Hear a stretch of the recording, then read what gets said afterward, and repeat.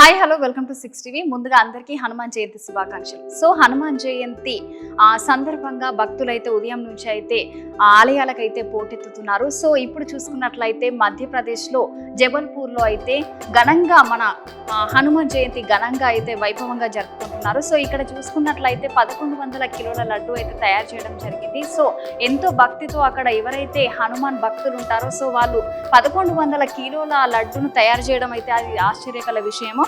So చూస్తున్నాం కదా. So ఎంత బాగా డెకరేట్ కూడా బాదాము పిస్తా ఇవన్నిటితో అయితే చాలా బాగా డెకరేషన్ చేయడం జరిగింది.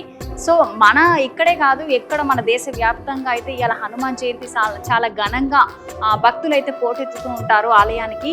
సో ఇప్పుడు అలాగే మనం చూసుకున్నట్లయితే ఉత్తరప్రదేశ్ సీఎం ఆదిత్యనాథ్ యోగి కూడా హనుమాన్ భక్తుడు అనే చెప్పొచ్చు. సో అతను కూడా వచ్చి పూజలో పాల్గొనడం కానీ అలాంటివి చూస్తున్నాం కదా ఇక్కడ విజువల్ మనము.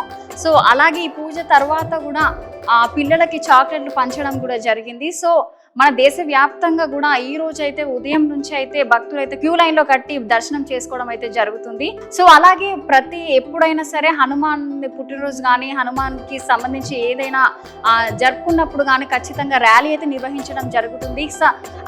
అది కూడా కిలోమీటర్లు అయితే ఎంతో ఘనంగా డెకరేషన్ చేసి మన హనుమాన్ జయంతి వేడుకలు అయితే ఈ రోజు ప్రతి ఒక్కరు ఎవరైతే మన హనుమాన్ భక్తులు ఉంటారో సో ఎంతో ఘనంగా ఎంతో సంతోషంగా అయితే ర్యాలీ అయితే నిర్వహించడం జరుగుతుంది.